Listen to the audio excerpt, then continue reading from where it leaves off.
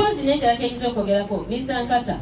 first of all gwoli musajja nze ndi mukazi batera okugamba mbu engatto baana azijja ezizo nnene wa oli musajja sibo kiri naye mugamba ajja kunyaba mugamba ye akola ebyamaanyi n'ebinene gwensaba n'olwekyo ate era njagala kusabira nti retirement gyogenzeemu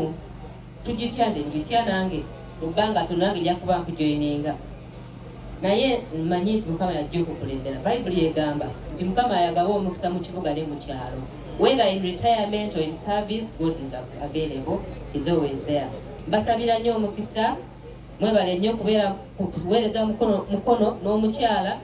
mwebalire ddala ekimu ekyansurprise nga kye baŋŋamba nti Kaawonkata abadde akubira abantu essimu ku ssaawa 9 ogw'ekiro olumu naye nakyemwebuuzaako nankubira ku ssaawa 10. It was strange. Nakiraba nga kiri strange but kulina powers away nekimanya kye baŋŋamba nenkonfami nga kye baŋŋamba bajesta nti Kaawonkata yoba ye bakaddi naalongo simanyi oba yakibala atya naye mwami Nkata abadde mwami mujjumbize wa mirimu ate n'ekirala ali willing n'okubeera consulted even in retirement kubanga nga bwe ngambye nti pays attention to details yankola detailed handover report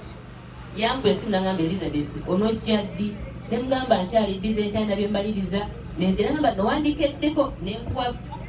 detailed handover nentandika okubifuga biri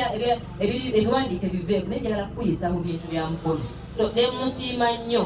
olwekyo kubanga oluusi nga bakawo bakolege nobamanyi badiputekawo oluusi ogenda mu district ngaakuwa handover tali willing kugikuwa ebimu nga gwe obiguladinga wano nawali n'obuta naye mwami Nkata is a thorough person alina omutima omwerufu omutima omulungi ekyo mukama akikuweeremu omukisa kati bannange ab'emukono njagala okubagamba nti nze ndi muweereza nange njagala nnyo okukola yakukola ekisobokera ddala nange kyenandyagadde okubeera nga mpeereza Mukono district kubanga ngirinako history privately maama wange bamuzaala muno mu Mukono she's a pensioner in Mukono so nange nandyagadde nnyo kaba nga mpeereza district empite yange kubanga my maternal home is in Mukono bakozi bannange ebirungi byonna bye mbadde mwogera ku mwami Nkata bye mumuyigiddeko commitment love time management ekyahumite siri sure naye kyebasubiramu kwe kubeera nga munakola ennimo emirungi kubanga ffena tuli wano lwa nsonga emu kuweereza muntu